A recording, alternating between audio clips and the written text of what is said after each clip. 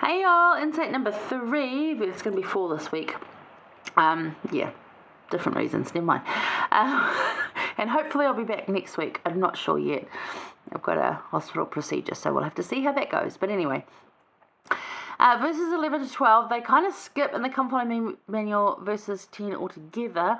I would recommend you read it. I would highly recommend you read it. This is Amulek speaking. He's obviously learnt from Alma, and he's backing him up as his missionary companion. And this is companion teaching at its finest. It is incredible. He talks about the things that he knows, what he's been through, how he was led to find Alma. We find the story of, when Alma back in chapter 8 was like looking for help, and Amulek turned up, and I said in that insight, go look for Amuleks. They're out there. They're there to help you. They're sent there.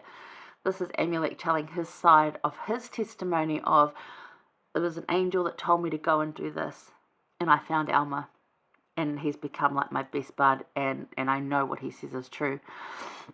He also talks in verses 22 to 23 about, were it not for the prayers of the righteous people around you, because the city is quite hard-hearted, wicked, they're not evil, but they're not really living gospel standards either.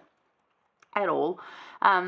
He's like, if it weren't for the prayers around you and the prayers of the righteous, is why you're spared, why you don't hear famine, and why you're not at war, because people are praying for you, even though you're not really behaving. Now, how often does that happen to you, and who are you praying for that really isn't keeping the gospel in any way, shape, or form, but you know that they get spared? There's a number of people in my family I pray for, and they're like, oh, that was good luck, and I'm like, no, that was Jesus. And they're like, yeah, okay, Lorraine, whatever, but it's true. So think about that too. That's a great chapter to read, chapter 10. Wonderful, beautiful things. Zezrom comes in 11 and through 12. Now, he's a very smart lawyer. I know some very smart lawyers. One of them is Thomas Sutcliffe, a former state president. I've had Sam Hood. Sam Hunt's a writer. Sam Hood's a very smart lawyer. He's a partner in a law firm. My own lawyer, very smart.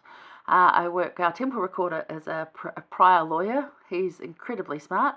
You look at some of our Quorum of the 12 that were lawyers, like President Oakes. So smart, his talks have words I have to go look up to learn, to understand what he's talking about. And I love that, because it stretches my knowledge. But these smart people. So here's Zezrom, and he's a smart lawyer. And these lawyers, now this is why there's all this money talk in here, right? Because talk of money was going to run generationally right until now. Whether it was 1 cent, or 1 denaro, or 1 lira, or 1 euro, or whatever. There was going to be money talk and money problems for the rest of the world. Now, in this instance, why it brings it up is that the judges in this place would go cause contention so that someone would go and pay a judge or a lawyer to come sort it out. So they'd cause an argument so that the people would then get someone to pay them to come sort it out. That's how they made money.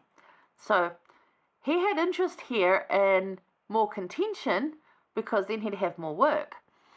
Now there's some lawyers that still do this. They call them, the ones that chase down car accidents and stuff, and more so America, which is a very litigious society, but it still happens everywhere. They will try and charge you more money, make it more contentious, because they want more money. I don't really know anyone in New Zealand like that, which is nice. I think there's a code of ethics and standards to withhold, and we love all that, but not everyone's that honest, right?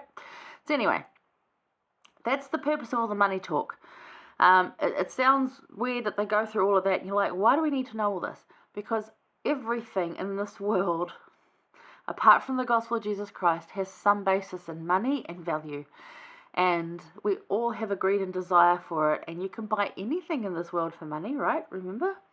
But save it for heaven, where money actually doesn't mean anything. Don't sell anything that is that valuable. There are truths worth more than money. And that's what he says in verse 22.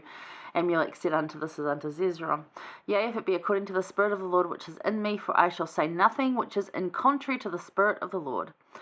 And Zezrom said unto him, Behold, here are 6 onties of silver. That's a lot of money. And all these I will give thee if thou wilt deny the existence of a supreme being. So I'm going to give you all this money if you'll deny God. And Amulek's like, oh, child of hell, why tempt me? Like, oh, it's not going to work, because there are truths worth more than money. And we know that.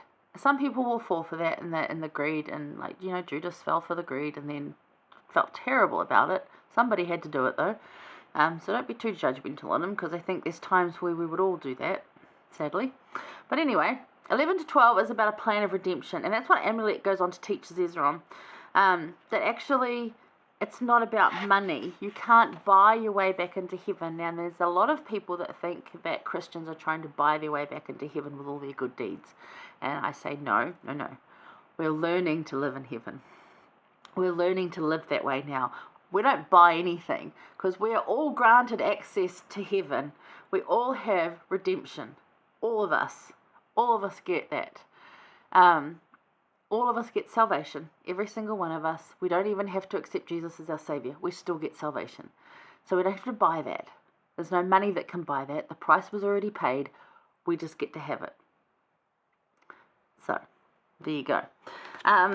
But look at it. There's some very important points that he points out over and into verse 12 too, about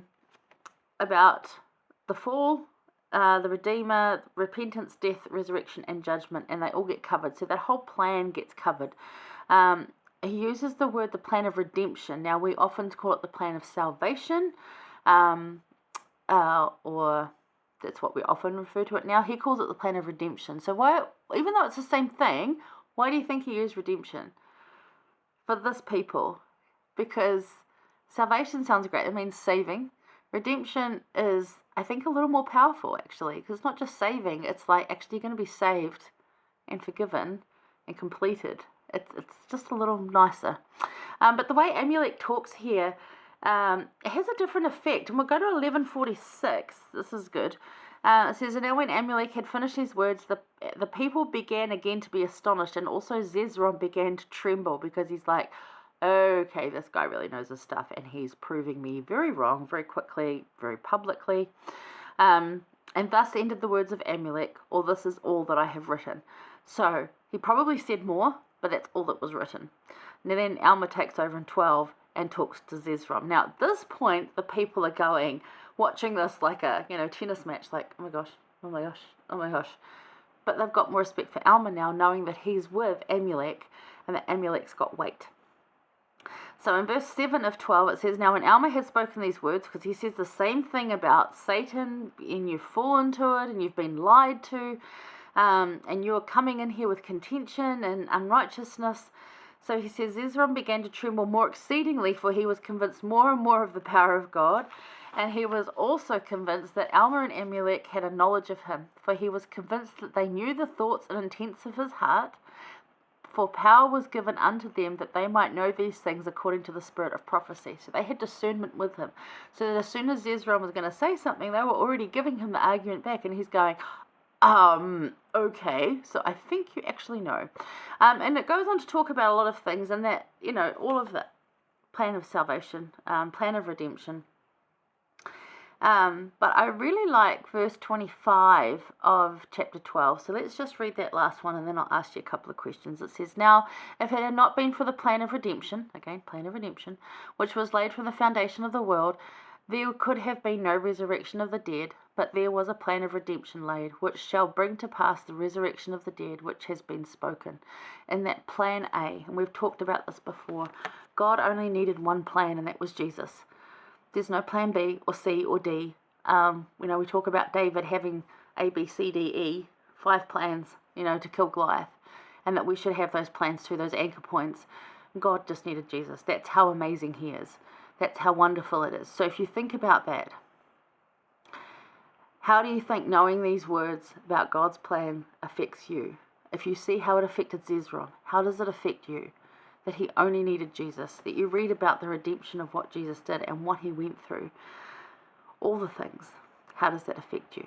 How do you feel about it? For me, I just love him all the more every time I read it and think about it, but how does it affect you? Maybe discuss that with your family this week. Alright, hang around. We're going to go to insight number 4. See you soon.